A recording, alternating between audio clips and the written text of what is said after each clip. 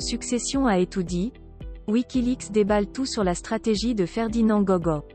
C'est le post de nos confrères de Cameroun Web sur leur page. Dans un instant pour la suite. Cliquez sur le pouce bleu et activez la cloche de notification pour ne manquer aucune de nos futures publications. Voici les détails de leur post dans son intégralité.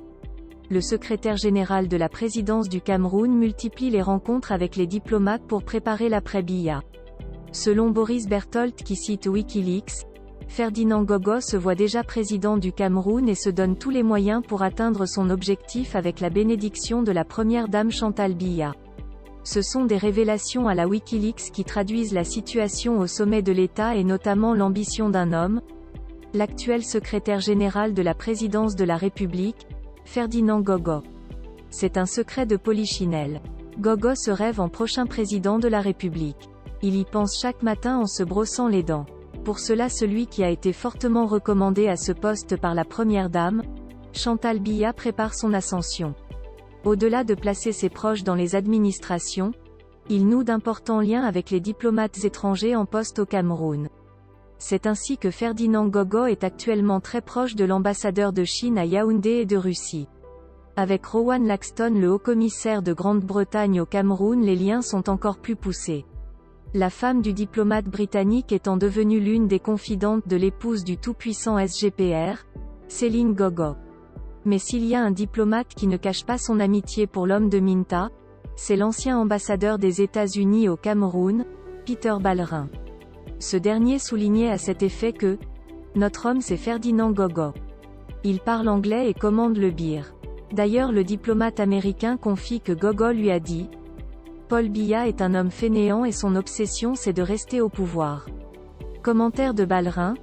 Gogo n'a pas tort, voilà un conflit qui dure depuis 4 ans et Paul Biya est incapable de résoudre. Mais, il n'y a pas qu'aux Américains que Ferdinand Gogo fait les yeux doux. Les Français également l'intéressent, mais eux semblent déjà s'être aperçus de ce qui se passe au sommet de l'État.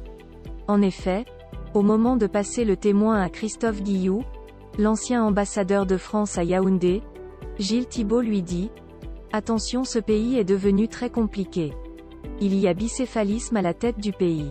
Des ministres ont été nommés par Ferdinand Gogo à qui ils sont redevables. » Le diplomate français va citer Célestine Ketcha-Courtet, ministre de l'Urbanisme, Achille Bassi-Lequin, ministre des Petites et Moyennes Entreprises et Félix Bayou, ministre du Commonwealth pour ne citer que cela.